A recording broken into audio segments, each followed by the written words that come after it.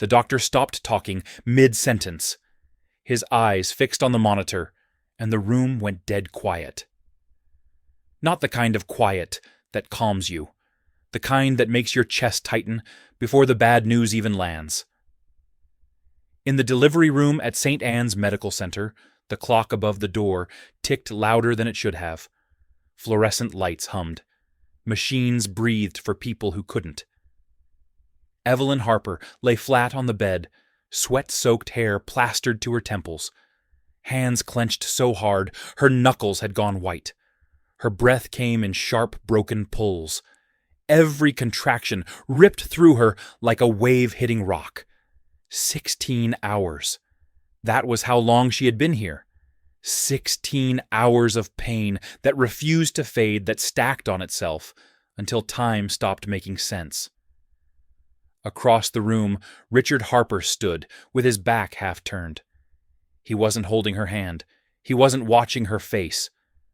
He was staring at his phone thumb, moving in small, impatient flicks, jaw tight, like he was late for something that mattered more. Richard Evelyn whispered, barely louder than the machines. Her voice shook. She needed him to look at her. Just once. He glanced up, nodded vaguely, then looked back down. "You're doing fine," he said, not really to her, more to the room. That's what they said, right? The nurse didn't answer. Her eyes were locked on the readouts. Her lips pressed into a thin line. Another contraction slammed through Evelyn. She cried out a raw sound that scraped her throat. The doctor moved fast now. Gloves snapped. Someone hit a button on the wall. A red light flared above the door. "Blood pressure's dropping," the nurse said. Calm voice. Too calm. Evelyn felt warmth spreading beneath her, wrong and sudden. She tried to lift her head, but her neck wouldn't cooperate. Her vision blurred at the edges, the ceiling bending like it was folding inward. "Stay with me, Evelyn," the doctor said. "Look at me." She tried. She really did. But the room started to dim, like someone was turning down the lights one by one. "What about the baby?" Richard asked. Not "are you okay?" Not "save her." Just that. The words landed somewhere deep, heavy as a stone. Then the alarm started screaming. Hands pressed down on her abdomen. Voices overlapped, sharp and fast medical language, slicing through the air. Evelyn felt herself slipping, like her body was pulling away from her thoughts. She wanted to fight it. She wanted to scream. But everything went thick and distant. The last thing she felt was the cold rush of oxygen filling her lungs. The last thing she heard was the doctor saying, "We're losing her." Then there was nothing, no pain, no sound, just darkness. But the darkness wasn't empty. She became aware of voices first, muffled, far away, like she was underwater, and people were talking on the shore. She tried to move. Nothing happened. Nothing. She tried to open her eyes. Still nothing. Panic flared, sharp and fast, but her body didn't respond. She heard the squeak of wheels, the soft rustle of fabric, a sheet brushing against her cheek. "Time," someone said. "Call it." Another voice answered, tired. 12:47 in the morning. Dead. The word didn't echo. It sat there heavy and final. Inside her own head, Evelyn screamed. The world didn't end. It kept going without her. In the hallway outside the delivery wing, Margaret Harper stood with her arms crossed, spine-straight gray hair pulled back so tight it looked painful. She didn't cry. She didn't ask questions. She nodded as the doctor spoke, lips pursed like she was listening to a budget report. "So that's it," she said. "She's gone." The doctor hesitated. "She suffered massive blood loss. We did everything we could." Margaret exhaled slowly. "And the child?" The doctor blinked. "The baby was delivered. A girl. She's stable." Margaret nodded again. "Good." Richard joined them moments later. His face was pale eyes, rimmed red, but there were no tears. He rubbed his hands together like he was cold. "This is a lot," he said. I need to make some calls." He stepped away, already dialing. Margaret watched him go, then turned back to the doctor. "What happens now?" "Well," the doctor said carefully, "technically, your daughter-in-law isn't brain dead. Her heart is still beating. She's in a deep coma. There's minimal brain activity, but it's there." Margaret's eyes sharpened. "So she's alive." "Yes? For how long?" The doctor didn't like the question. "That's hard to say. Days, weeks, sometimes longer." Margaret pressed her lips together. "And the cost?" There it was. "Intensive care is expensive," the doctor said. "But decisions about life support will be made by her husband," Margaret cut in. "Richard has medical power of attorney. Everything is already filed." The doctor nodded uneasy. From behind a nearby corner, a woman listened without being seen. Claire Benson stood perfectly still, back against the cool wall, one hand pressed to her stomach, like she was steadying herself. She wore a simple coat, hair pulled back, eyes sharp and alert. She had arrived an hour ago quietly, after a short text from Richard that read, "It happened." She had practiced the right expression in the mirror before coming.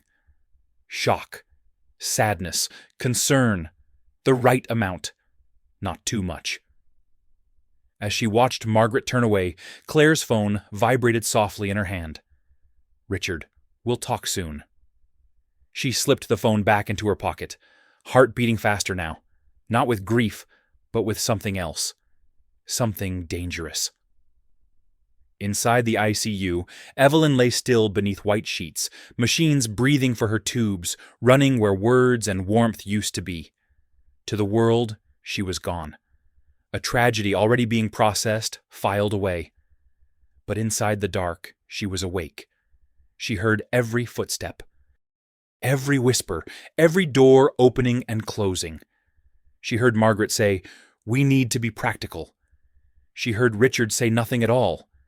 And somewhere deep beneath the fear and the shock, something else began to take shape. Not hope, not yet. Awareness.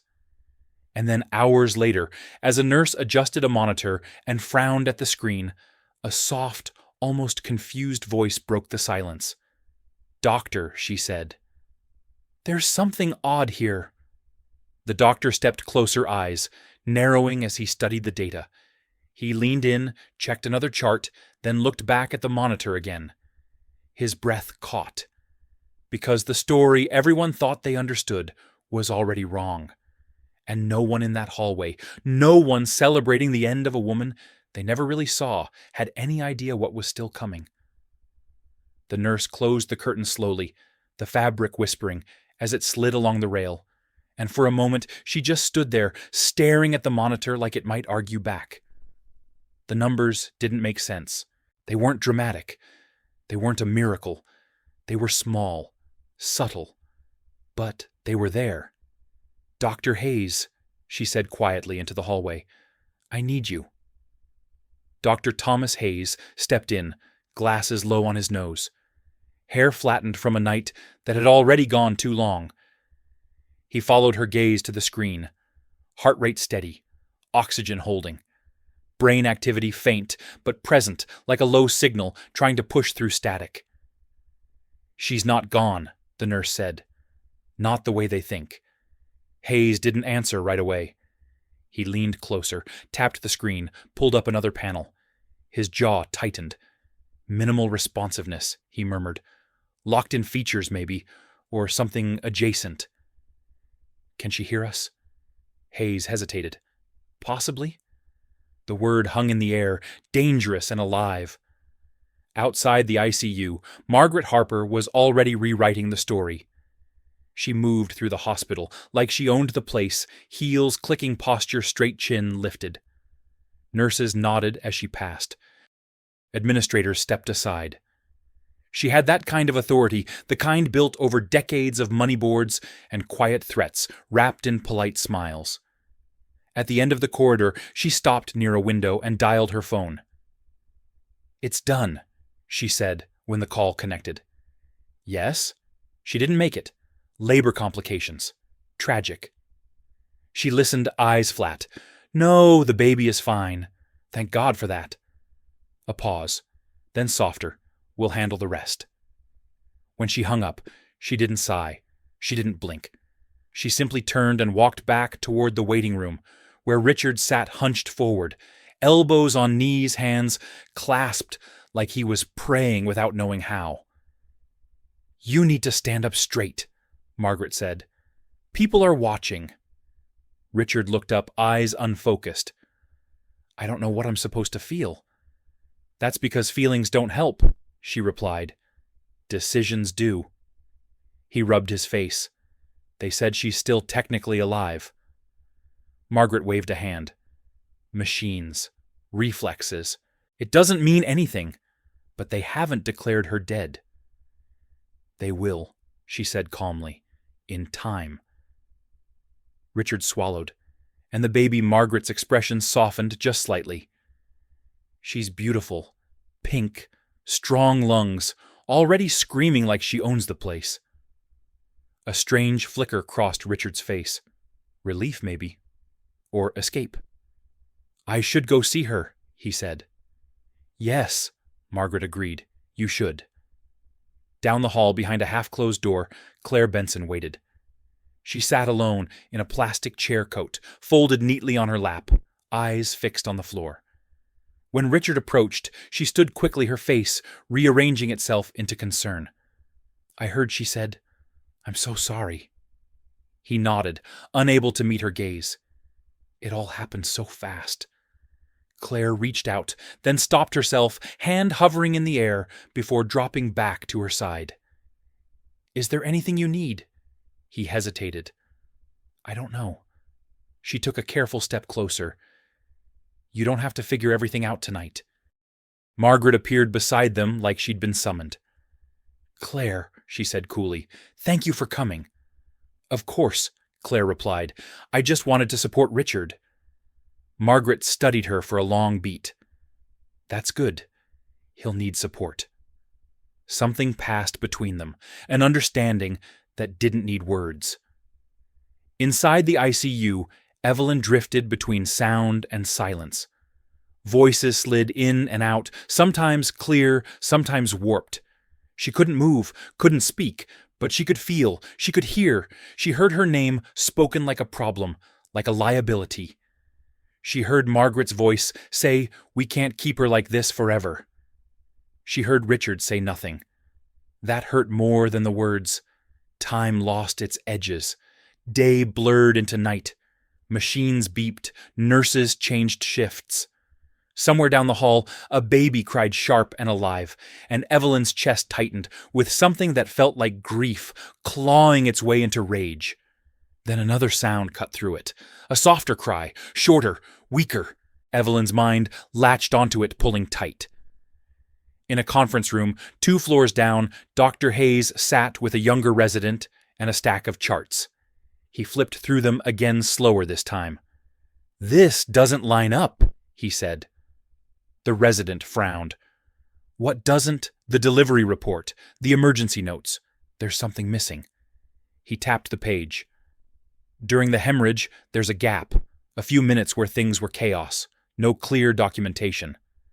So Hayes leaned back. "So sometimes in emergencies things get overlooked, especially when everyone is focused on saving one life." The resident's eyes widened slightly. "Are you saying I'm saying we need to recheck the records?" Hayes said. "All of them." Back in the maternity wing, Margaret stood over the nursery bassinet, watching the baby sleep. The name card, clipped to the side, read Lily Harper. Temporary, but neat. Official enough. She looks like Richard. The nurse said, smiling. Same chin. Margaret smiled back, practiced and warm. "She's a Harper. She hasn't been named yet officially," the nurse added. Margaret's smile didn't falter. "She will be." The nurse hesitated. "Usually we wait for the mother." Margaret turned her gaze sharp as a blade. "Her father is here. He has authority." The nurse nodded slowly. "Of course." Margaret leaned down, brushing a finger across the baby's blanket. "You're going to have everything," she murmured, "and none of her complications." That night, as the hospital settled into its artificial quiet, Dr. Hayes stood at Evelyn's bedside. He spoke softly, not expecting an answer. "Evelyn," he said, "if you can hear me, I need you to listen." Her heart rate flickered. Hayes noticed. "If you're in there," he continued, "you're not alone. And whatever story they're telling outside this room, it may not be the whole truth." He paused, then added, "We're still looking." Evelyn couldn't respond. But inside, something shifted. Awareness sharpened. Fear tightened into focus. She was still here, and someone, finally, was paying attention. Down the hall, Margaret signed paperwork with steady hands. Claire watched from a distance. Richard stared out a window, city lights blurred by rain, trying not to think about the shape of a future that was already being decided without him noticing how. The hospital hummed, indifferent and alive. And beneath its clean floors and quiet halls, a truth was forming slow and dangerous, waiting for the moment it would no longer be possible to ignore. Morning came without sunlight, just a dull gray pressed against the ICU windows, rain streaking down the glass, like the building itself was trying to wash something away. The night shift changed, voices softer now, movement slower, and Evelyn lay exactly where she had been, motionless, eyes closed, body, still trapped in a silence she could not break. But inside her head, everything was loud. Footsteps approached. She recognized the rhythm now. Nurse Patel. Light hands, always checked the monitors twice. Always spoke like the patient could hear, even when she wasn't supposed to. "Good morning, Evelyn," the nurse said quietly.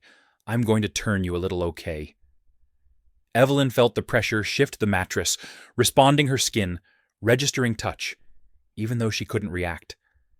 The sensation grounded her. Proof she was still here.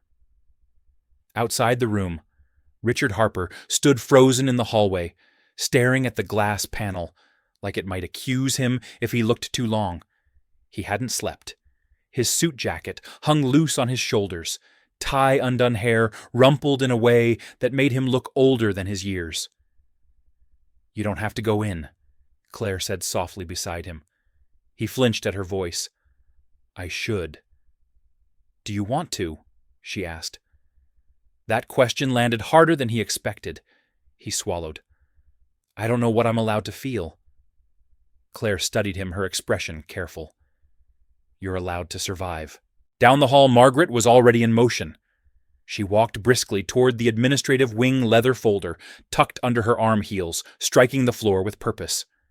She didn't look at the ICU doors as she passed. That chapter was already closed in her mind. Inside a small office, Dr. Hayes sat, with 2 charts open in front of him, pen resting unused between his fingers. He read the lines again, slower now. Delivery timeline, emergency intervention, neonatal transfer. "Damn it," he muttered. He stood abruptly and headed toward the NICU. The neonatal unit was warmer, quieter in a different way. Machines hummed softly. Tiny chests rose and fell beneath blankets. Hayes stopped at a station and pulled a file. Twin gestation. Suspected. Unconfirmed. His stomach tightened. He moved to the attending nurse. "I need to see Bed 7's intake records from the night of the delivery." The nurse frowned. "Those were flagged incomplete." "Exactly," Hayes said. "Where's the second chart?" The nurse hesitated, then lowered her voice. There was a second infant brought in briefly. Critical condition, transferred fast. It was chaos. Most of the staff didn't even realize. Hayes closed his eyes for a moment. When he opened them, his face had changed. "Who authorized the family notification?" he asked. The nurse shook her head. "I don't think anyone did." At the same time, in a quiet waiting room off the maternity ward, Margaret sat across from a hospital social worker posture, immaculate hands folded. "We're just trying to make things simple," Margaret said. "My son has been through enough." The social worker nodded slowly.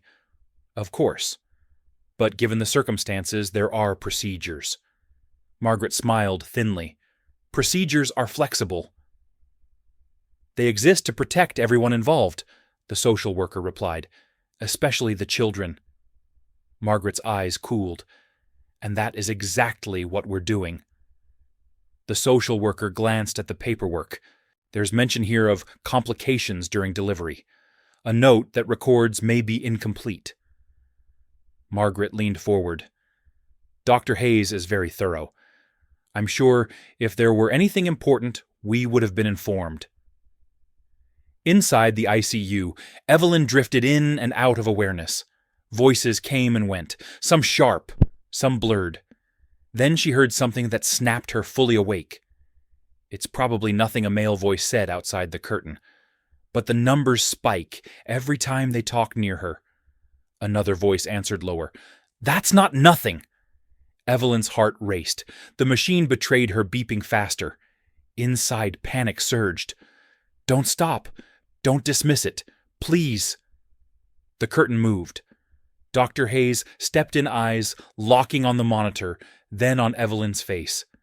"Evelyn," he said quietly, "if you can hear me, focus. Listen to my voice." Her heart rate jumped again. Hayes inhaled slowly. "Okay, that's enough for me." He turned to the nurse. "Document that. All of it." Down the hall, Richard finally pushed open the ICU door. The air inside felt colder. He stood at the foot of the bed, unsure where to put his hands. She looked smaller than he remembered, pale, fragile, tubes where words used to be. "I'm here," he said, voice rough. Evelyn heard him, every word. He took a step closer. "They say you can't hear me. But I don't know. I keep thinking about that night." He swallowed. "I didn't mean to sound cold. I was scared." Margaret's voice echoed in Evelyn's memory. "Be practical." Richard continued. "My mom says it's time to think about what's best for everyone. Everyone but you." Evelyn thought the words burning through her mind. At the doorway, Claire watched, unreadable. Richard exhaled. "I hope you're not in pain." His hand hovered over the bed, then pulled back. When he left the room, felt heavier. Hours later, Margaret stood in a quiet corner near the elevator's phone, pressed to her ear. "I want discretion," she said. "No unnecessary discussions. The situation is already delicate." She paused, listening, then smiled faintly. "Yes, I understand the ethical concerns. That's why we're handling this privately." Behind her, unseen, the social worker stopped short, having caught just enough of the conversation to frown. In the NICU, Dr. Hayes stood over a tiny incubator, staring down at a sleeping infant chest, rising in shallow, determined breaths. He checked the wristband again. Female. Unnamed. His jaw tightened. He turned to the charge nurse. "This baby has family who don't even know she exists." The nurse looked uneasy. "What do you want to do?" Hayes didn't hesitate. The right thing. Back in the ICU, night fell again. Lights dimmed. Sounds softened. Evelyn felt exhaustion press in, but beneath it, something stronger had taken hold. Resolve. She was not imagining things. She was not fading. She was being erased. And somewhere in this building, a truth was splitting the ground open beneath the lie everyone else was standing on. Dr. Hayes returned to her bedside just before midnight. He leaned in close voice, low and steady. "There's more to your story," he said. "And I think you already know that." Evelyn couldn't move, couldn't speak. But inside, she answered him clearly. Yes. And this time, she knew someone was finally listening. The elevator doors closed with a soft thud, sealing Margaret Harper inside a mirrored box that reflected her calm face back at her from every angle. She checked her watch, adjusted the folder under her arm, and rehearsed the tone she would use when she reached the ethics office. Calm, reasonable, concerned. The kind of voice people trusted when they wanted permission to stop asking questions. 2 floors below, Dr. Hayes stood at the nurse's station, hands braced on the counter as he read the updated vitals. The spike pattern was back, not dramatic, consistent, like a knock on a door that refused to be ignored. He looked through the glass toward Evelyn's room and felt the familiar tightening behind his eyes, the one that came when medicine crossed into morality. "Get me the committee schedule," he said, "today." In the ICU, the curtain rustled, and Nurse Patel leaned in close to Evelyn's ear. "You're doing well," she said, low and steady. "Your numbers tell a story. Don't let anyone convince you otherwise." Evelyn heard her. The words cut through the fog like a blade. She clung to them. The room smelled faintly of antiseptic and plastic, the soundscape a metronome of beeps and breaths. She focused on the smallest details, the scrape of a shoe outside the door, the click of a pen, the rhythm of a life that was still hers. Richard returned, after noon, shoulders stiff, carrying a paper cup of coffee he did not drink.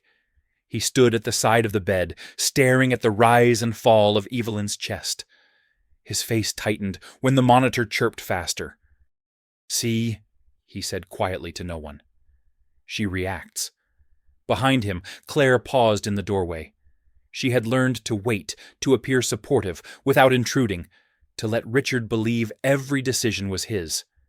"She might just be responding to noise," she said gently. "Doctors say that happens." Richard nodded too quickly. "Right." The door opened again, and Dr. Hayes stepped in. Expression neutral, eyes alert. "Mr. Harper," he said.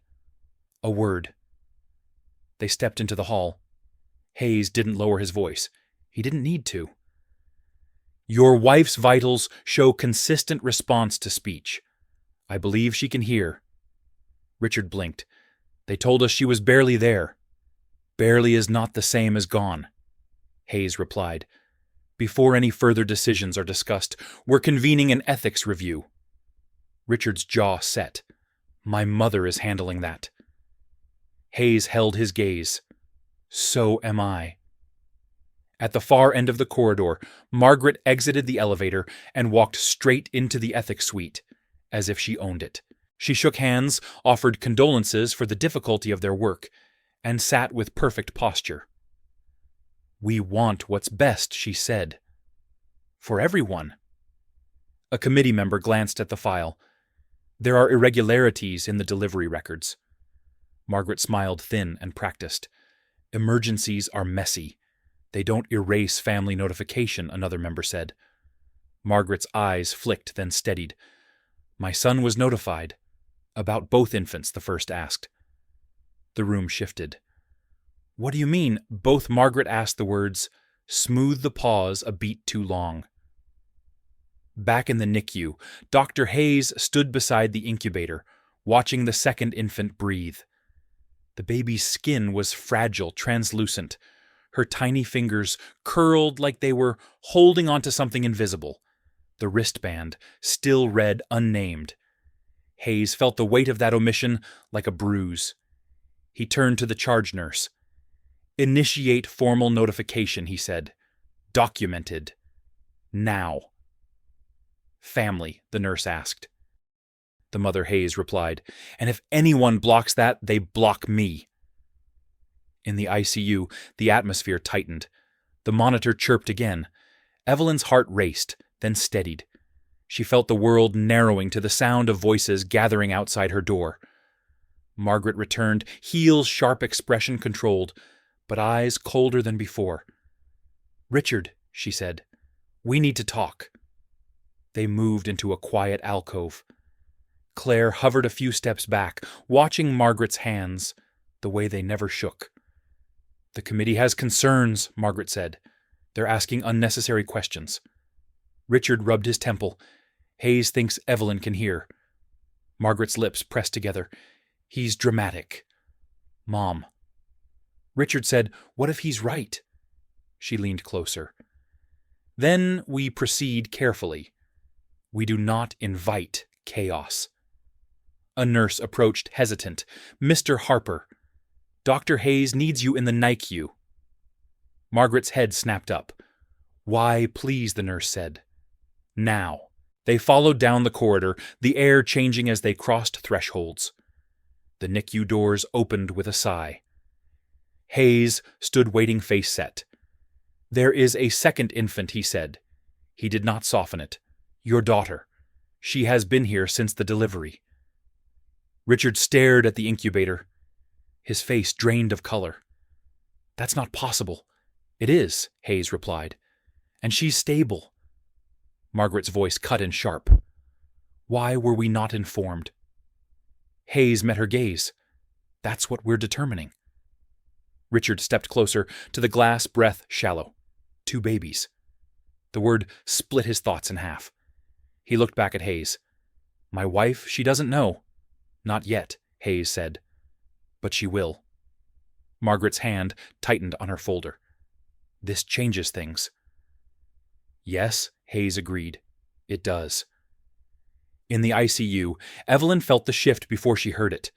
The cadence of footsteps changed. The air felt charged, like a storm building in a sealed room. Voices overlapped, urgent, restrained. "She has another child," someone said. Evelyn's heart slammed. The monitor spiked. She wanted to scream, to move, to demand proof, but her body held her hostage. Tears gathered at the corners of her eyes, hot and unstoppable. Nurse Patel noticed. "Doctor," she called, "now." Hayes returned to Evelyn's bedside, the gravity in his posture unmistakable. He leaned in, voice steady, deliberate. "Evelyn," he said, "you have 2 daughters." The world narrowed to that sentence. 2! The word burned bright fierce. Her heart pounded, then steadied, like it had found a rhythm it recognized. Hayes continued, "We are taking steps to protect them. To protect you." Margaret burst into the room, composure cracking. "This is inappropriate," she snapped.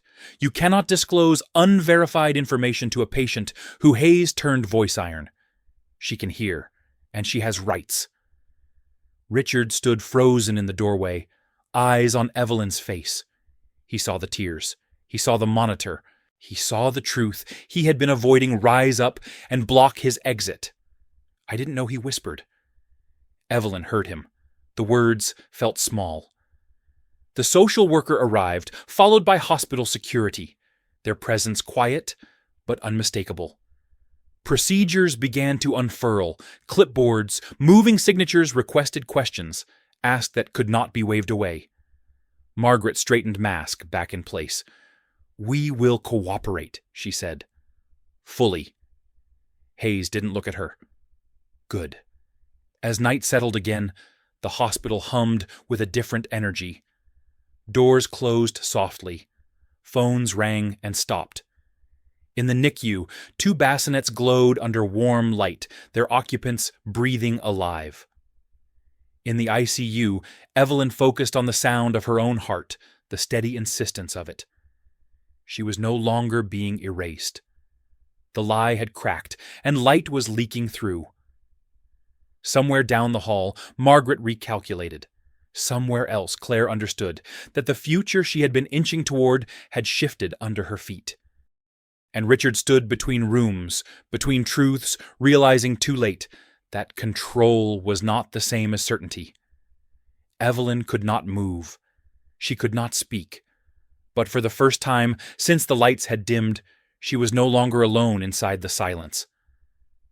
The hospital shifted after midnight, not quieter but tighter, like everyone was holding their breath at the same time. Security badges beeped more often. Doors that used to swing now paused before opening. The story had changed, and the building knew it before the people did. Evelyn lay awake in the dark eyes, still closed, body still locked, but her mind sharp enough to cut. 2 daughters. The words replayed again and again, each time landing differently. Fear. Wonder. A fierce rising need to protect something she had not even held yet. Her heart steadied as if it had found a reason.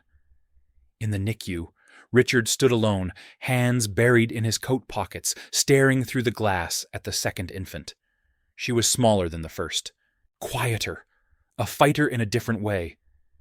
He leaned closer, breath fogging the window. "I didn't know you," he whispered, as if that confession mattered.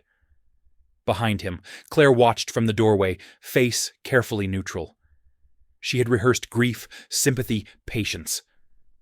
She had not rehearsed this. 2 babies meant 2 truths. It meant a future that did not have a neat place for her. Margaret arrived moments later, her presence snapping the room into order. "Richard," she said, voice low, "we need to discuss next steps." He didn't turn. "There are 2 of them." "Yes," Margaret replied, "which complicates things." That word landed wrong. Richard finally faced her. "They're not problems." Margaret studied him, recalculating. "They are realities, and realities require management." In the hallway outside the ICU, Dr. Hayes spoke with the social worker, voices measured but urgent. "We need an independent advocate for the patient," Hayes said. "Effective immediately." The social worker nodded. "I've already started the process. Given the conflict of interest, medical power of attorney may be temporarily limited." Hayes exhaled. "Good." Inside the ICU, Nurse Patel adjusted the monitor and leaned close to Evelyn. "You're not invisible anymore," she whispered. "They're arguing about you." "That's how you know." Evelyn felt the shift. The air no longer felt like it was closing in. It felt charged, volatile, like something could break open at any moment. Margaret returned to the ICU with Purpose Heal's sharp folder open. "Dr. Hayes," she said, "we'd like to discuss transferring Evelyn to long-term care." Hayes didn't look up from the chart. "Not yet. She's stable," Margaret insisted. "This environment is unnecessary." "She's responsive," Hayes replied, "and under review." Margaret's smile thinned. "You're overstepping." He met her gaze. "I'm doing my job." Richard hovered near the doorway, torn between the room and the hallway, between his mother's certainty and the evidence he could no longer ignore. He watched Evelyn's monitor spike again when Margaret raised her voice. "Mom," he said quietly, "lower your tone." Margaret turned, surprised. "Excuse me," she reacts, Richard said. "Every time." Silence fell heavy and revealing. Claire stepped forward, attempting calm. "Maybe we should all take a breath. This has been a shock." Margaret's eyes flicked to her, then away. "Not now." The social worker entered, clipboard in hand, followed by a hospital administrator. The dynamic shifted instantly. Margaret straightened, professionalism snapping back into place. "We need to discuss guardianship," the social worker said. "Given the new information, there are concerns." Margaret clasped her hands. "My son is the legal spouse." "Yes," the social worker replied. "But the patient's condition and the presence of 2 minors introduces additional safeguards." Richard felt the ground tilt. "What does that mean?" "It means," the administrator said carefully, "that no irreversible decisions will be made without full review." Margaret's jaw tightened. "This is unnecessary." Hayes spoke again, voice steady. "It's necessary because someone tried to move too fast." Margaret's eyes flashed. "Are you accusing me of something?" "Doctor, I'm stating facts," Hayes replied. "Incomplete records, delayed notifications, pressure on staff." The room went still. Evelyn felt it like a held breath. Richard looked between them, realization dawning slow and painful. "Mom," he said, "what did you do?" Margaret turned to him, expression softening just enough. "I protected you." "By hiding my child," his voice cracked. Margaret inhaled. "We can discuss this privately." "No," Richard said louder now. "We can't." Claire stepped back, heart pounding. She could see it clearly now. This was not a storm she could shelter from. The administrator cleared his throat. "We'll reconvene in the morning with legal counsel present." Margaret gathered her folder movements controlled. "Of course." As she turned to leave, Evelyn's monitor spiked sharply. A tear slid from the corner of Evelyn's eye, unmistakable. Everyone saw it. Hayes stepped closer, voice firm. "That's not a reflex." Richard stared at Evelyn's face, at the tear, at the steady insistence of the machine. Something inside him broke, not loudly, but completely. "I'm here," he said, moving closer. "I see you." Evelyn heard him. The words did not comfort her. They grounded her. He finally saw, but seeing came late. That night, the hospital didn't sleep. Lawyers were called. Files were copied. The story grew teeth. In a quiet office, Claire sat alone, phone dark in her hand. She understood now that the role she had been rehearsing no longer existed. Whatever future she had imagined had been built on a lie that was collapsing in real time. In the NICU, two bassinets glowed side by side. Sisters, unaware of the war forming around them. In the ICU, Evelyn focused on her breathing, on the rhythm that refused to stop. She was still trapped, still silent, but the world was finally being forced to slow down for her. And somewhere deep beneath the exhaustion and fear, something else took shape. Not hope, not yet. Resolve. Because if they thought this was the end of the story, they had not been listening closely enough. By morning, the hospital smelled like burnt coffee and tension, the kind that settles into walls and refuses to leave. Sunlight cut through the windows in thin, unforgiving lines, exposing everything people preferred to keep in shadow. Evelyn felt the change before anyone spoke. The rhythm around her was different, faster, heavier. Papers shuffled. Voices lowered when they passed her door. Decisions were being made without asking her, but no longer without considering her. Dr. Hayes stood at the foot of her bed with a tablet in hand, eyes scanning data that no longer told the whole story. He looked up at her face, searching for something beyond numbers. "We're adjusting the protocol," he said deliberately. "Calm. More stimulation. More monitoring. No transfers. Not yet." Evelyn heard him. She held onto every word like a lifeline. In a glass-walled conference room down the hall, Margaret Harper sat with her back straight, hands folded, expression composed. Across from her sat a hospital attorney, the social worker, and a man in a dark suit whose badge identified him as an independent patient advocate. "This is becoming unnecessarily complicated," Margaret said. "My daughter-in-law's condition hasn't changed." The advocate didn't blink. "It has. Responsiveness, emotional reactivity, potential awareness. These are not minor developments." Margaret's smile was thin. "Potential is not proof." "No," the advocate replied, "but it's enough to slow things down." Richard sat at the end of the table, silent hands clenched so tightly his fingers ached. He had not slept. Every time he closed his eyes, he saw the tear on Evelyn's cheek. He heard the word twins echoing in his head like a verdict. "We should focus on the children," Margaret continued. "They need stability." Richard looked up sharply. "They need their mother." Margaret turned to him, surprised. "Richard, she's in there," he said, voice rough. "She hears us. She knows." The room went quiet. Margaret studied him, measuring the damage. "You're exhausted," she said. "You're not thinking clearly." "I've never been clearer," he replied. In the hallway outside the ICU, Claire stood near a vending machine, staring at her reflection in the scratched glass. She barely recognized herself. The confidence she'd worn like armor felt brittle now, ready to crack with one wrong move. A nurse passed, whispering to another. Claire caught fragments. Ethics review. Second infant. Advocate. She pressed her lips together. This wasn't supposed to happen like this. She had believed patience would win. That time would erase Evelyn quietly. Instead, Time had turned against her. Inside the ICU, Nurse Patel spoke softly as she adjusted Evelyn's pillow. "There's a lot of noise today," she said. "If it gets overwhelming, focus on my voice." Evelyn did. She filtered out the rest. The distant arguments, the footsteps, the constant reminder that her body was a cage.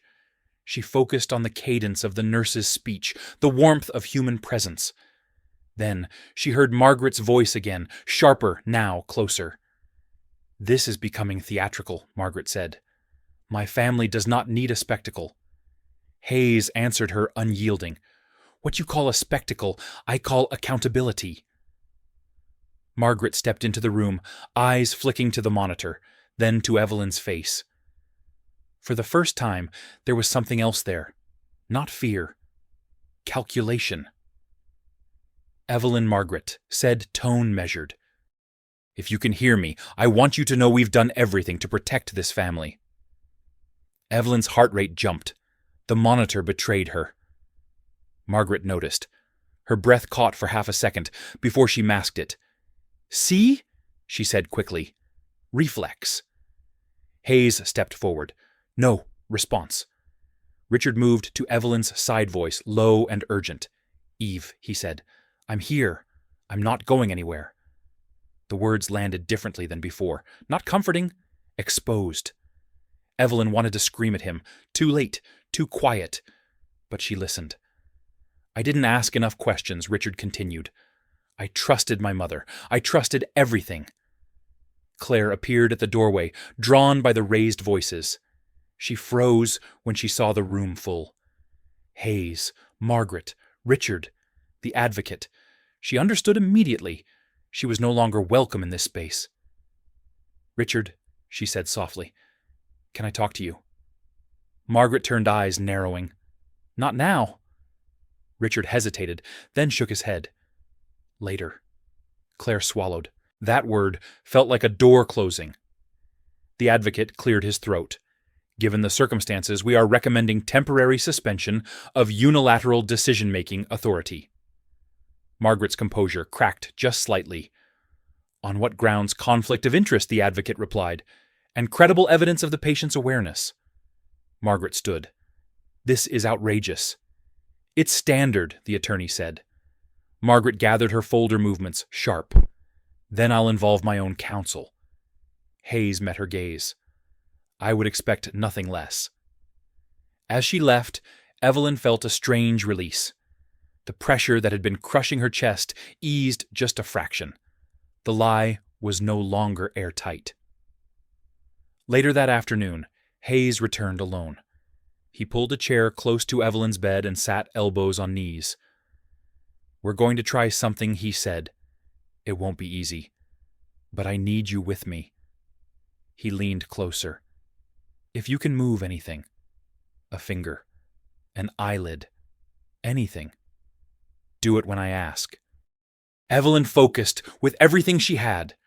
She imagined her hand, the weight of it, the shape. She pushed against the silence that held her down. Nothing happened. Frustration surged hot and immediate. "Don't give up! Don't you dare give up!" Hayes watched the monitor, then her face. He didn't rush her. He didn't fill the silence. Again he said. She tried. Harder. The effort burned. Still nothing.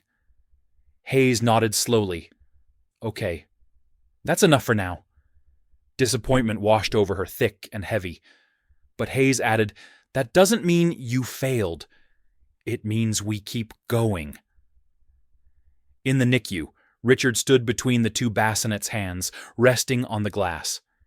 He looked from one tiny face to the other, the reality settling deeper with each breath they took. "I don't know how to fix this," he whispered. A nurse beside him said quietly, "Start by telling the truth."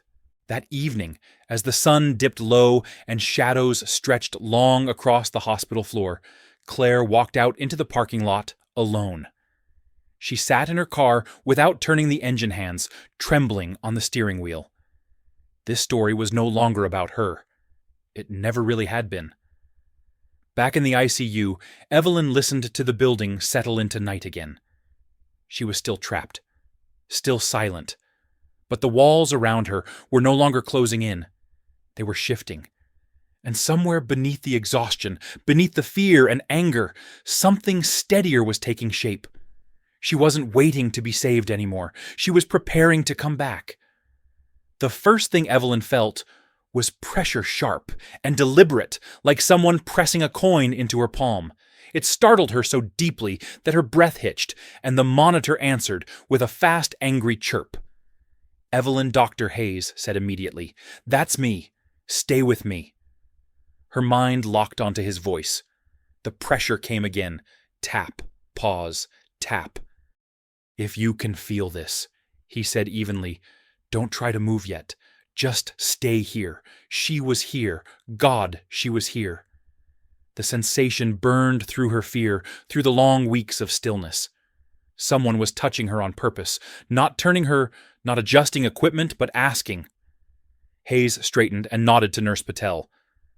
"Document sensory response. Time stamp it."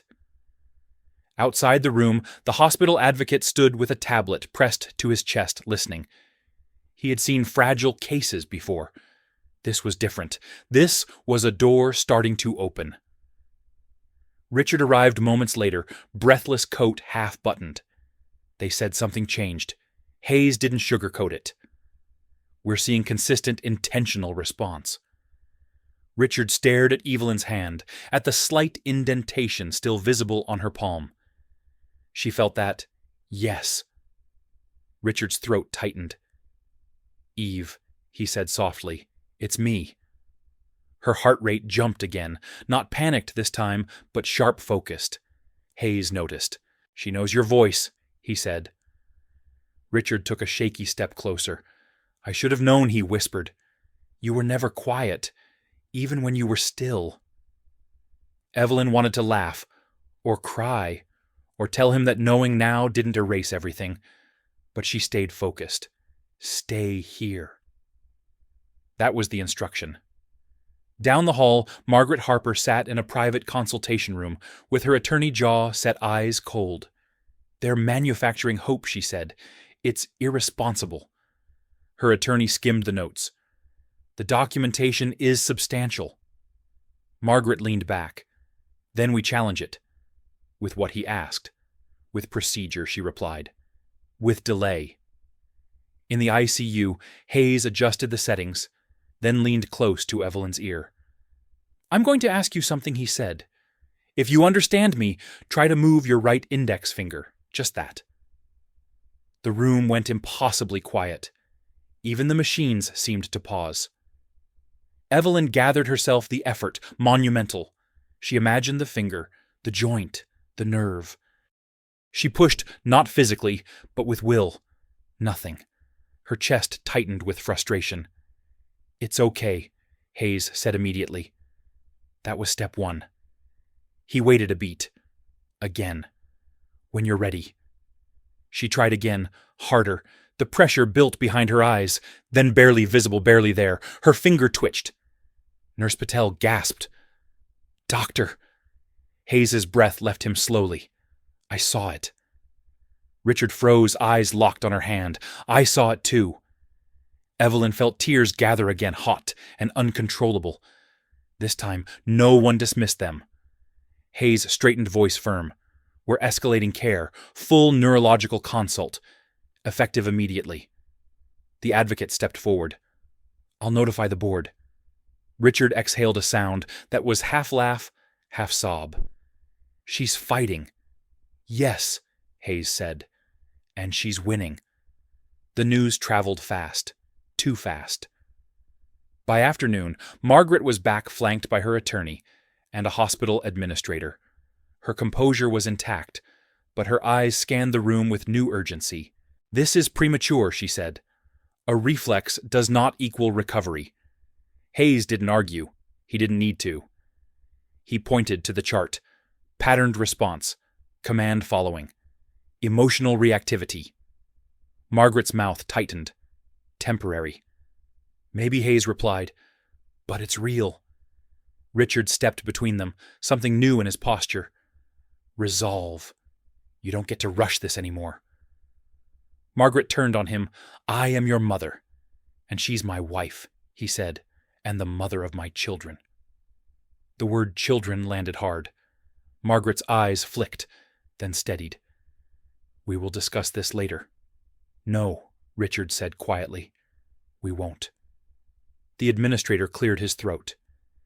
Given the circumstances, Mrs. Harper, we're restricting access to medical decisions pending review. Margaret laughed, once sharp and disbelieving. You're making a mistake.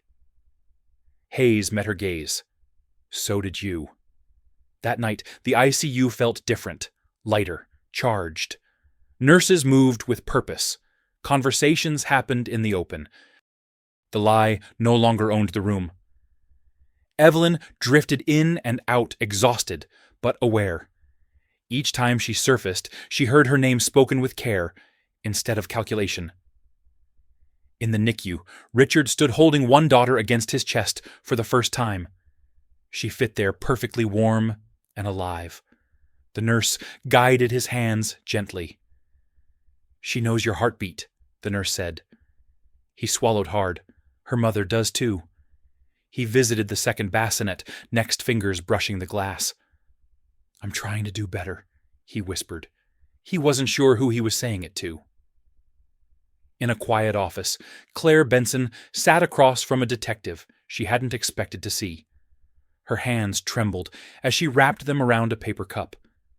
We just have questions, the detective said calmly, about timelines, communications. Claire nodded, heart pounding. This was not part of the plan. She realized with sudden clarity that she had mistaken proximity for power. Back in the ICU, Hayes returned one last time before midnight. He leaned close to Evelyn's face. You did something extraordinary today, he said, but this isn't over. Recovery is a road. Evelyn focused, gathering what little control she had left. Slowly, deliberately, she moved her finger again. Clear this time. Undeniable. Hayes smiled, a rare thing. I'll take that as a yes. Outside rain began to fall, tapping against the windows like a steady drumbeat. Margaret sat alone in her car phone, pressed to her ear voice, low and furious. We need to move, she said. Now. Inside the hospital, a different momentum was building, one she could no longer command. Evelyn sank back into the darkness, but it no longer felt like a prison. It felt like rest before the next climb. She had been underestimated, misjudged, nearly erased. And now, for the first time since the night everything went wrong, the world was being forced to wait for her. The first sound Evelyn learned to separate from the machines was a pen scratching paper, short strokes, pauses. The weight of decisions being written down. It meant people were no longer guessing. They were committing. Dr. Hayes stood at the whiteboard outside her room, mapping out steps with a precision that left no room for shortcuts. Neurology consult, imaging, stimulus response protocol. Every item circled, every arrow intentional. He spoke calmly, but there was an edge, now a refusal to be rushed. Inside the room, Evelyn floated just beneath the surface, aware enough to feel the fatigue settle into her bones. Moving her finger had taken everything, but it had also changed everything. She could feel it in the way nurses spoke to her now, in the way they said her name before touching her, in the way silence had been replaced with respect. Richard returned mid-morning, carrying a small cloth bundle he didn't quite know what to do with. He stopped at the door, unsure if bringing news from the outside was a kindness or a burden. She's doing well, he said softly, meaning the baby, though he didn't say which one. They both are. Evelyn's heart responded, steady and strong. Hayes noticed and nodded to himself. Richard moved closer. They let me hold her, he continued. I kept thinking you should be the first thing she knows. The words hung imperfect, but sincere. Across the hospital, Margaret Harper sat in a conference room with 2 attorneys and a banker, whose expression suggested he would rather be anywhere else. "This is becoming an exposure issue," one attorney said. "Public perception, legal liability." Margaret's fingers drummed once on the table. "We control the narrative." "You don't," the banker replied carefully. "Not anymore." Margaret's eyes flashed. "My family's name carries weight." "And scrutiny," the attorney added, "especially when records don't line up." Margaret leaned back, considering. "Then we pivot." In the ICU, Nurse Patel adjusted Evelyn's arm and leaned in. "You did something brave," she said. "But don't push too hard today." Evelyn listened. The urge to prove herself burned, but she knew the cost of rushing. She focused on breathing, on being present. A neurologist arrived, a woman with sharp eyes and steady hands. She spoke directly to Evelyn, not around her. "I'm going to ask you questions," she said. "You don't have to answer. But if you can even a little that helps us, help you." The tests were slow. Light across the eyes, pressure on the palm. Names spoken then repeated. Evelyn felt the strain build, her body lagging behind her mind, like it always did, but she stayed with it. "Can you hear me?" the neurologist asked. Evelyn's heart rate jumped once, clear, intentional. The neurologist smiled. "That's enough for today." Outside, the advocate briefed the board. "There is credible evidence of awareness and response," he said. "Any prior assumptions of non-responsiveness are no longer valid." The board members exchanged looks. This was no longer theoretical. Richard sat with the social worker, afterward, hands folded. "I want to fix what I can," he said. "I know I can't undo the damage." The social worker met his gaze. "Then start by telling the truth to everyone it affects." He nodded. "I will."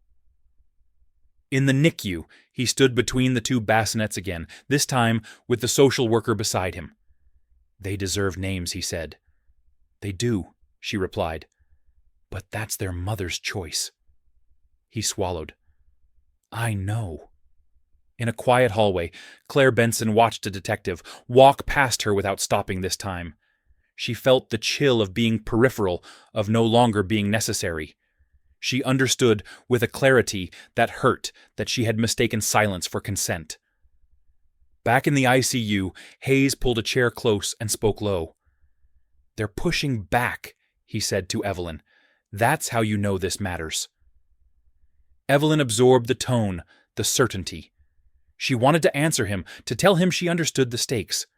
She focused, summoning what strength she had left. Her finger moved again, small but unmistakable. Hayes exhaled a smile, breaking through his restraint. "Good," he said. "Rest now." That afternoon, Margaret appeared at the unit entrance, stopped by security. Her voice carried clipped and sharp. "This is absurd. I'm family." The guard didn't budge. "Access is restricted." Margaret turned fury, contained but blazing. "You can't do this!" From inside, Richard heard the exchange and felt something settle into place. He didn't intervene. He stayed where he was. Evening came quietly. The hospital lights softened. The pace slowed, but the tension remained coiled and ready. In a private office, the advocate signed an order formalizing temporary guardianship oversight. It wasn't dramatic.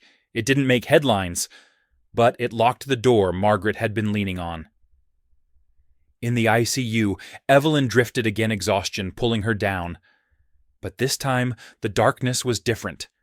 It wasn't erasing her. It was giving her space. She dreamed of small things, warmth, the weight of a baby against her chest, the sound of breathing not amplified by machines. When she surfaced again, Hayes was there, watching the monitor like it was an old friend. "You're doing exactly what you need to do," he said. "Nothing more." Outside, rain returned, tapping steady and patient against the windows.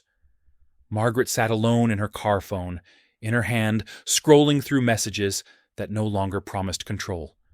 She understood now that the ground had shifted. that the woman she had dismissed as silent had become the axis everything was turning on. Evelyn lay still, listening to the quiet insistence of her own heartbeat. She was not finished, not even close. The story had moved past containment. It was headed toward truth. And this time, it would not be rushed. The hospital woke to a different kind of morning one, where whispers stopped pretending they were private. Charts moved with urgency. Phones rang and were answered without deflection.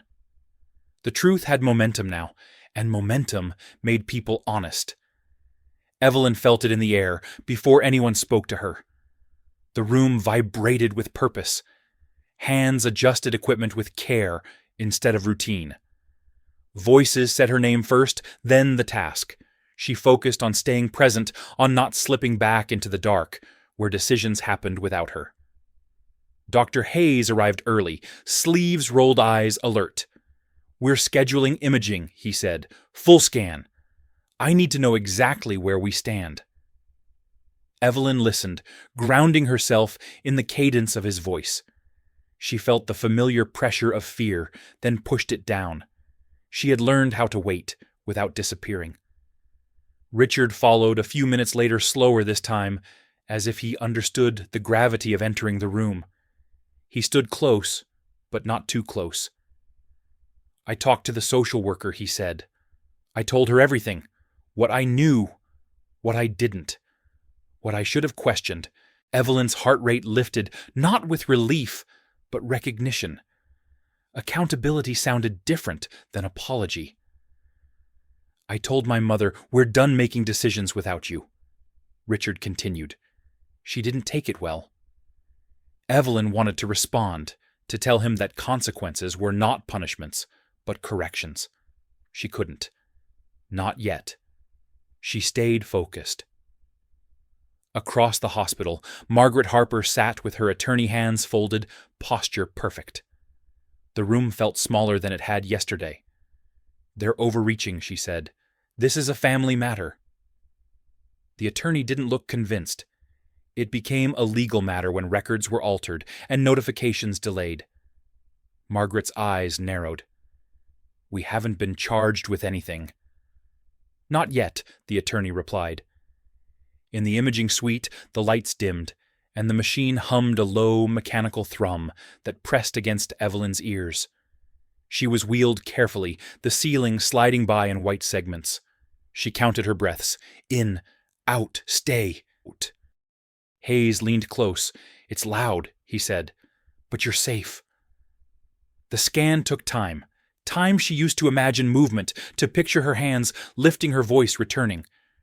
She imagined saying her daughter's names, though she didn't know them yet. She imagined correcting the record. When they returned her to the ICU, the waiting began again. The neurologist joined Hayes at the workstation, studying images. "There's damage," she said, "but not devastation." Hayes nodded. "That's what I was hoping for. Recovery won't be fast," the neurologist added, "but it's possible." The word landed like a door opening. In the NICU, the social worker stood with Richard explaining timelines, safeguards, rights. "Your wife will lead on decisions as soon as she can communicate," she said. "Until then, oversight remains." Richard nodded. As it should. He looked down at the bassinets. 2 small lives breathing in quiet defiance of everything that had gone wrong. He felt the weight of what he owed them settle into something steadier than guilt. Responsibility. Claire Benson sat in her apartment boxes, half-packed. The silence louder than the hospital had ever been. Her phone buzzed with a message she had been expecting, but still wasn't ready to read. She closed her eyes, realizing the role she'd played was over, not with a dramatic confrontation, but with absence. The story had moved past her. Back in the ICU, Hayes returned with a measured smile. "The scan supports what we're seeing clinically," he said to Evelyn. "We're going to keep pushing carefully." He leaned in. "I'm going to ask you something again." The room stilled. "If you understand me, move your finger." Evelyn gathered everything she had. She focused on the joint, the nerve, the intention. She pushed. Her finger moved, clear, deliberate. Nurse Patel let out a breath she'd been holding for days. "That's it," she said. "That's her." Hayes' nodded voice, steady. "Yes."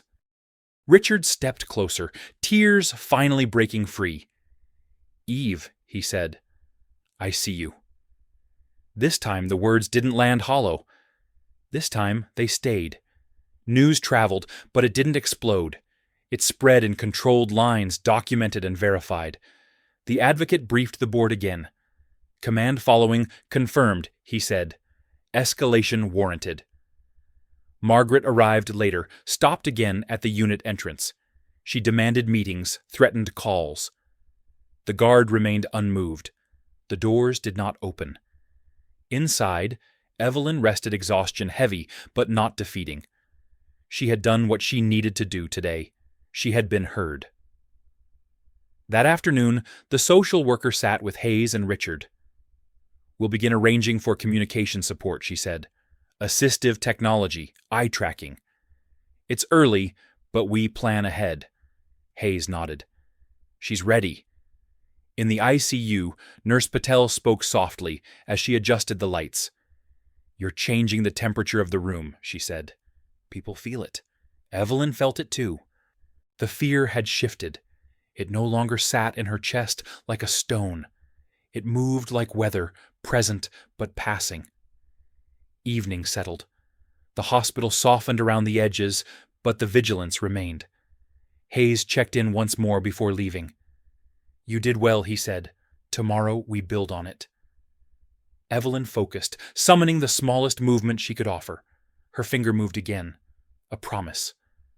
Outside, the rain stopped. The city breathed.